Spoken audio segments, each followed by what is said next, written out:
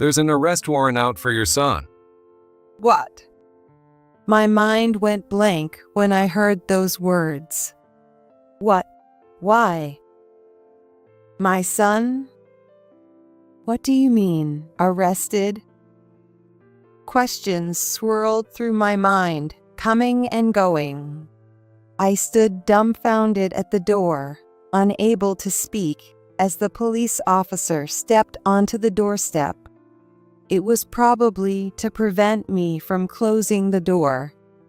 Feeling a sense of danger, I instinctively tried to shut it. Your son is home, isn't he? We're coming in. Wait, please, just wait a moment. I desperately tried to stop the officer from coming in. I pushed against his chest. I planted my feet firmly in front of the door, trying to block him. Look, I have no idea what you're talking about. Could you at least explain what's going on? I pleaded with the officer. He folded the arrest warrant and let out a big sigh. Ma'am, I get it. You never thought your son would commit theft, did you? Theft. He ran off with cash. He was clearly identified, so there's no denying it. His tone was exasperated. Theft? My son? But I forced myself to process the officer's words, despite my mind reeling. With a pale face, I turned to the officer and said, "My son would never do such a thing." Parents always say that. The officer responded, looking tired. But I was certain my son was innocent. Because I'm just an ordinary housewife, Mary Smith, 50 years old.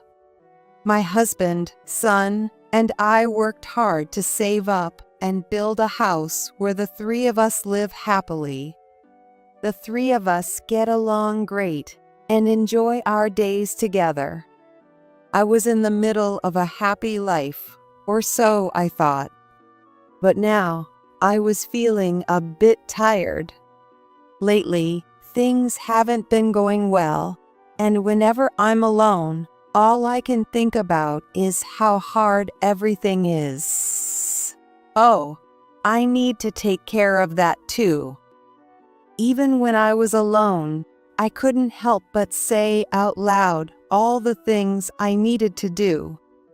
Ugh, maybe I can do it later. I tried to escape reality by lazily turning on the TV at home. When my mind isn't working, I should take a little break. My body feels tired too. Making excuses to myself, I watched a soap opera. But even then, I couldn't really focus on the show, and my mind stayed blank. Out of the corner of my eye, I could see various certificates and trophies lined up. My son, Michael, had won numerous awards in soccer. I was really proud of him. While I was thinking about that, ding dong. Oh, yes, coming. The doorbell rang. I turned down the volume on the TV and got up from the couch. Maybe my mother-in-law sent something again, or maybe it's something I ordered online. Sometimes my mother-in-law sends us vegetables without notice. She finds it a hassle to call each time, so she sometimes sends them without any warning. But lately, my son has been doing a lot of online shopping. My husband picked up the habit and has also started shopping online. That might be the case. Thinking about that, I headed to the door without any caution. If I had checked the camera on the doorbell, I wouldn't have been so surprised.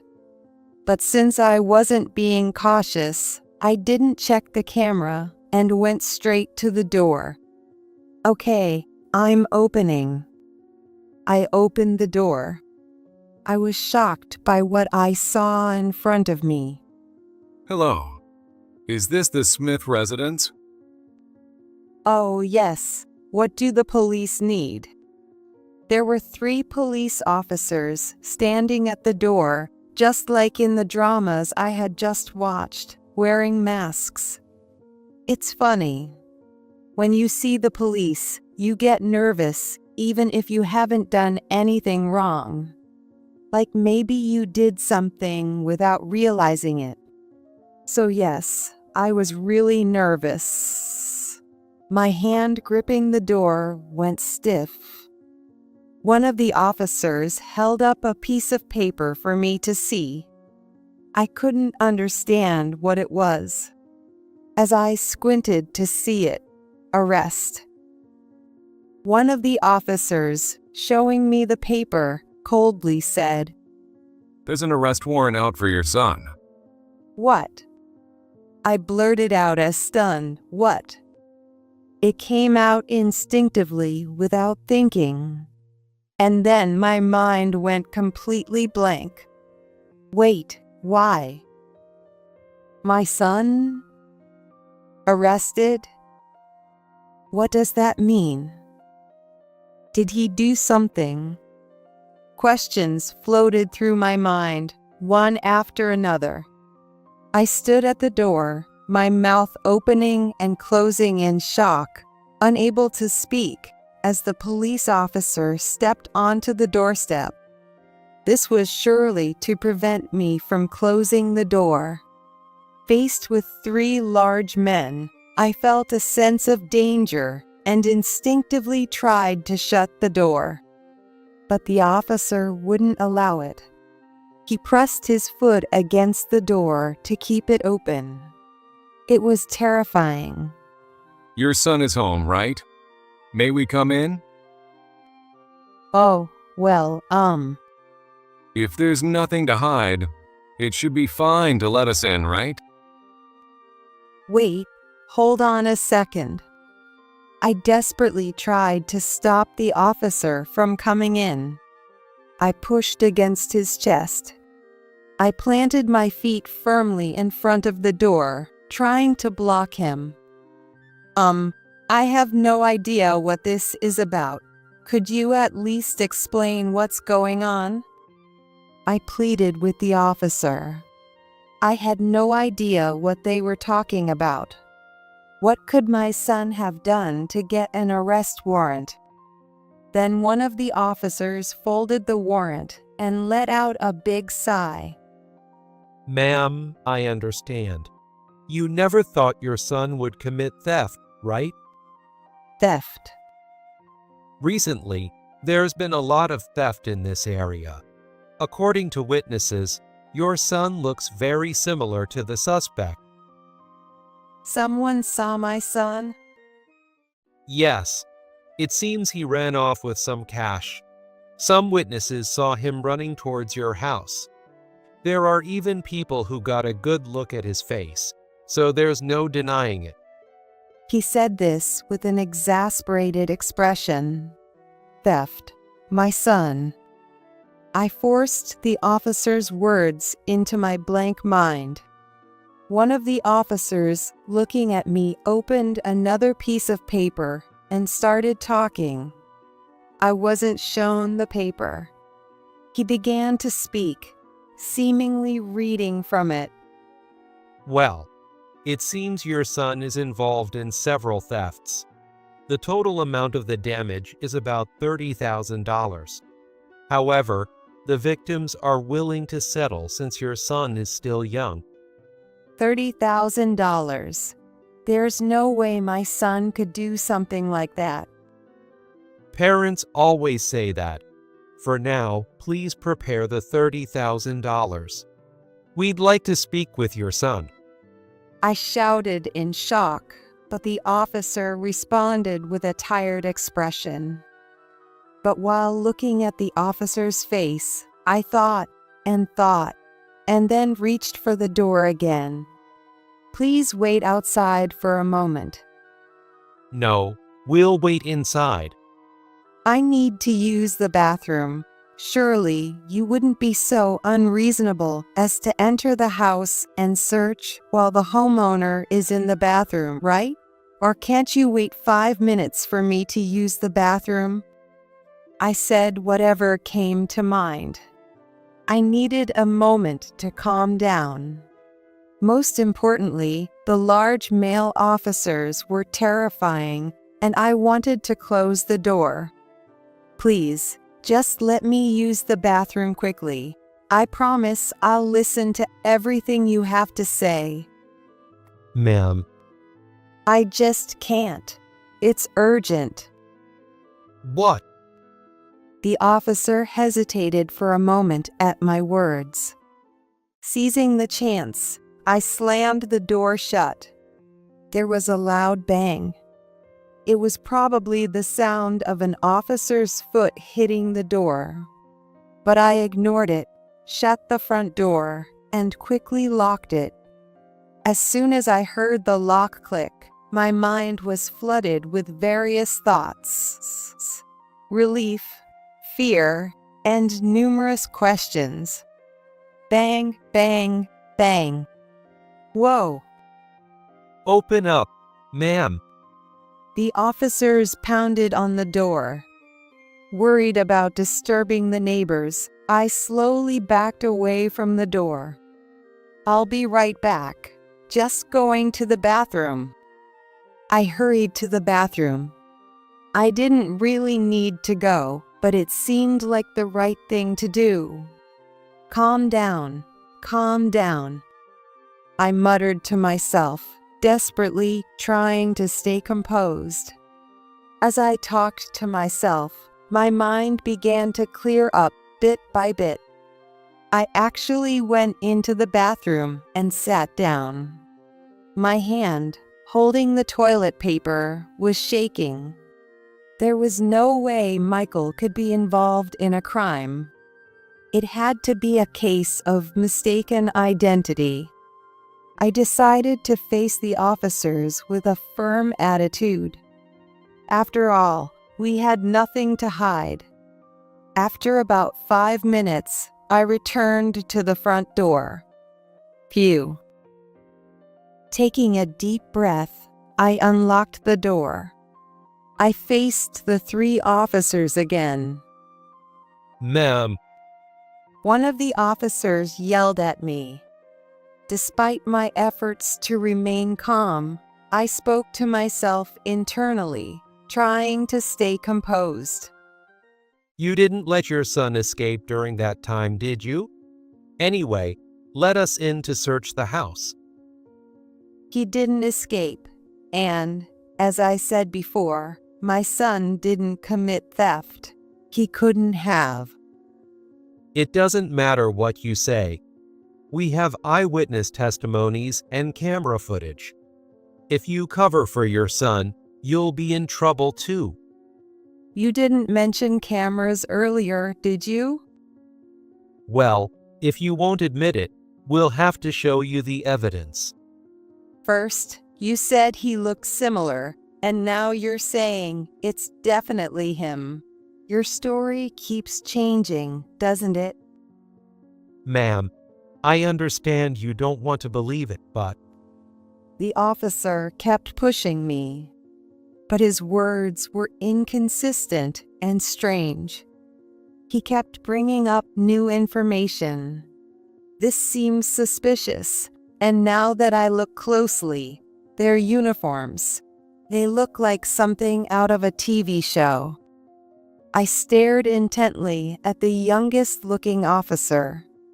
When he met my gaze, he quickly looked away. That made him seem even more suspicious. ma'am, enough of this. We're coming in. Hey, wait, you can't just. The largest and oldest-looking officer, frustrated with my refusal to let them in, pushed me aside and entered the house. Stop, don't come in. I tried to push back like before, but there was no way I could overpower a grown man. Ah, I fell on my backside as the officer pushed past me. As soon as I hit the ground, the 3 officers barged into the house. I quickly got up, rubbing my sore bottom. I rushed after the officers who were heading further into the house. "Hey, you can't just come in like this, and don't touch that," I shouted at the officers.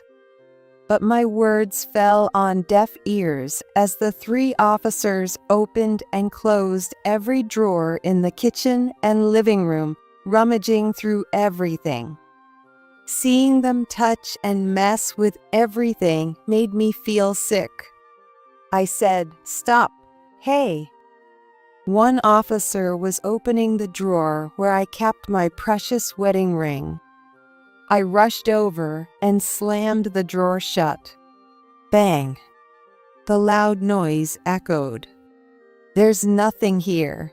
You can't just invade someone's home and open all their drawers." I glared at the young officer who had averted his eyes earlier. He nodded slightly and moved to another room. Soon, the 3 officers headed toward my son's room. There was a nameplate with his name on the door. They immediately knew it was his room. They could easily tell it was my son's room. The 3 officers entered the room without any hesitation. "That's my son's room. He's sleeping right now. Don't go in," I screamed with all my might. But they didn't listen and opened the door. We need to talk to him. What? Huh? This time, it wasn't me, but the 3 officers who froze. They stopped dead in their tracks upon entering my son's room. All their eyes were fixed on the bed in the room. "Nice to meet you. I heard the conversation. I'm Michael." My son greeted the 3 officers politely from his bed. Then, spreading his hands and smiling slightly, he spoke to the officers. "Oh, as you can see, there's no way I could have committed theft." The officers stared at my son in silence. He was lying in a hospital bed with a special mattress to prevent bed sores. Next to the bed was a wheelchair. There were lots of towels and a call button. In front of them was my bedridden son. The officers were shocked. Oh well. Sorry. It seems we made a mistake. The officer who had been speaking threateningly to me gave a strained smile. My son also smiled a little. "Yeah, I thought so. Glad to hear it. I can't move my lower body, so it's kind of impossible for me to commit theft and run away." He pointed to his wheelchair. The officers nervously glanced at it. "I need someone's help just to get into that. I can't even go outside on my own." Oh, I see. Sorry for the mistake. We'll just. The officers began to apologize and prepared to leave. I felt a surge of anger and clenched my fists, ready to say something. But then, one of the officers didn't leave my son's room. Instead, he approached my son. What happened to you? What happened to you? "Huh? Is that you, Alex?" My son Michael looked at the approaching officer with a happy expression. I turned around, surprised. It was the youngest officer. When he raised his face to get a good look at my son, I realized it was Alex, Michael's old classmate. "Oh my, Alex." I was so surprised. Alex Peterson. He was Michael's friend from elementary school. They were also soccer buddies. In elementary school, Michael and Alex were on the soccer team together. They both loved soccer and practiced together almost every day, always coming home together. They were that close. We used to talk about how they would probably join the soccer club together in middle school. But then Alex had to move away. His family had to relocate due to his parents' work, and they had to say goodbye. The sudden move left no time to exchange contact information, and they lost touch. I followed your soccer career. I saw you in magazines after you got into college. So, what happened? Alex looked at Michael with a face that had gone from pale to white. He had a look of disbelief. Seeing Alex's expression, Michael pulled back the blanket. There were his legs, now immobile. I was in an accident about a month ago. Now I'm paralyzed from the waist down. He smiled faintly, looking a bit sad. Alex stared at him with a pained expression. Noticing this, Michael covered his legs again and gave a big, forced smile. But enough about that. It's been so long. You became a cop. What about soccer? Did you quit? Alex's face grew complex. He mumbled a bit before answering quietly. I'm not as talented as you, and things were tough at home. I remembered hearing rumors back in elementary school that Alex's father didn't have a steady job and was out drinking every night. I heard they moved because debt collectors were after them. Michael, now sitting up, spoke eagerly. What are you talking about? You always worked hard. I was always jealous of you. You never gave up, and that was so cool. I was able to do my best thanks to you. That's not true. But now you're working hard as a police officer. Seeing you gives me strength. I see. I should get back to it. Hey, let's play soccer again sometime. Where do you live now? Even though I'm like this, I can still play soccer as a disabled person. Alex? Alex looked down. His face was pale. Michael leaned in to check on him. Hey, are you okay, Alex? Ugh. Hey, Alex. Tears began to drip onto the floor. Alex started crying as he looked at Michael. Hey, what's wrong? Michael tried to talk to him, but Alex was too overwhelmed to respond and was struggling to hold back his sobs. Meanwhile, the other two officers quietly slipped past me. Where are you going? I glared at the two officers. They flinched at my angry gaze. Oh, well, it was a mistake. We need to continue our investigation, so we'll be going. What? Without even an apology. Unbelievable. They touched and messed up everything.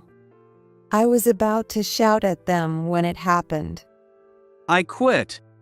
Alex raised his head and faced the two officers.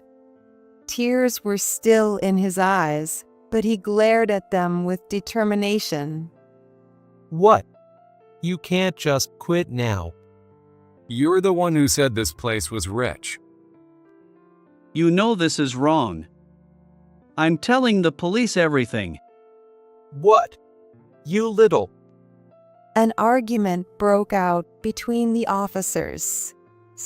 One of them angrily marched toward Alex. Bang. Hey, stop it. I tried to stop him, but it was no use. I was too scared to move, and only my voice responded. The officer threw a punch at Alex. His face turned bright red from the hit. Alex staggered and fell to the floor, but the other officer kicked him. Ugh. Then you pay the money. Pay your dad's debt. Got it? Bang! Slam! The two big men continued to hit and kick him. I was too shocked and scared to stop them. After a while, they finally let Alex go. Even clutching his stomach, Alex looked up at them and said he would turn himself in. I'm turning myself in. I'm sorry, Michael.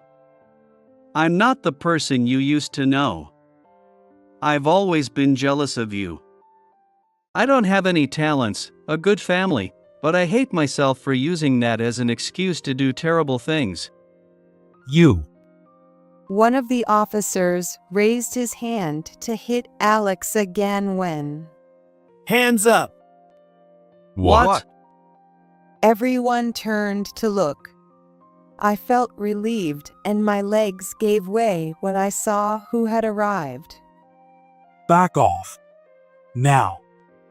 Ma'am, are you all right? An officer, showing his badge, entered. He quickly restrained the fake officers with practiced ease. He was a real cop.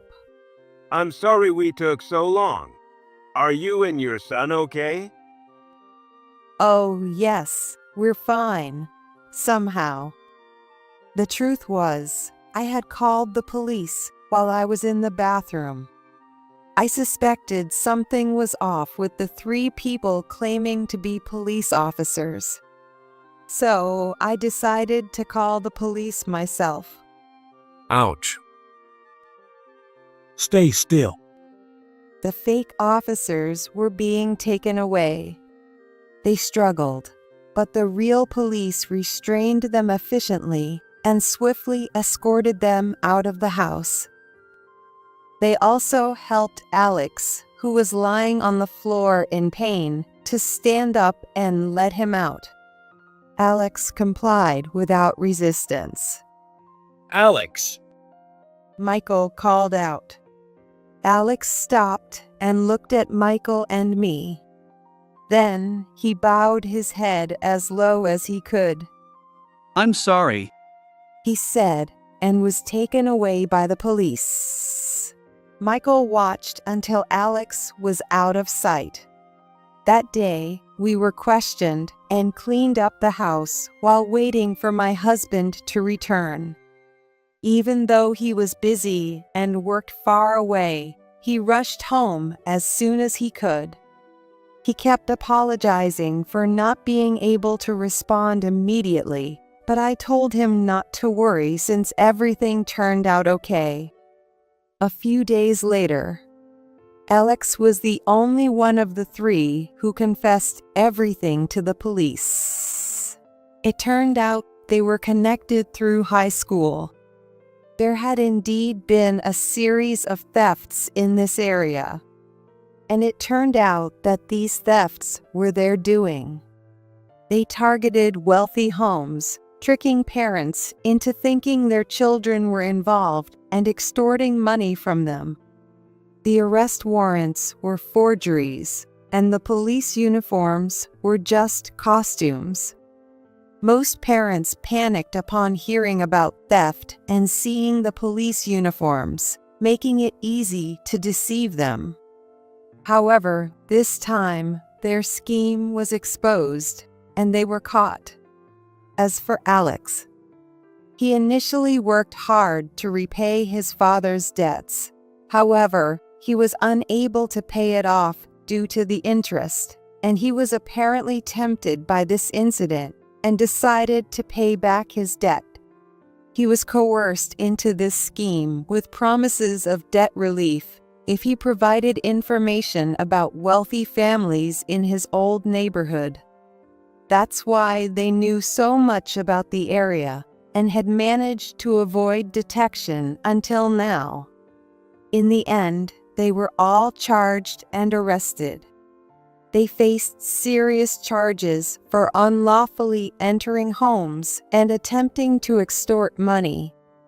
Most of all, impersonating police officers resulted in severe penalties. Michael wasn't shocked. Instead, he nodded in agreement. He decided to turn himself in and face the consequences. I always knew Alex was a good guy at heart. He listened to my story with a smile. Yeah, but it's amazing they didn't get caught sooner with that look. Did you know from the start, Michael? Well, it's hard to believe someone who isn't fit could be a cop. Alex was in much better shape back then.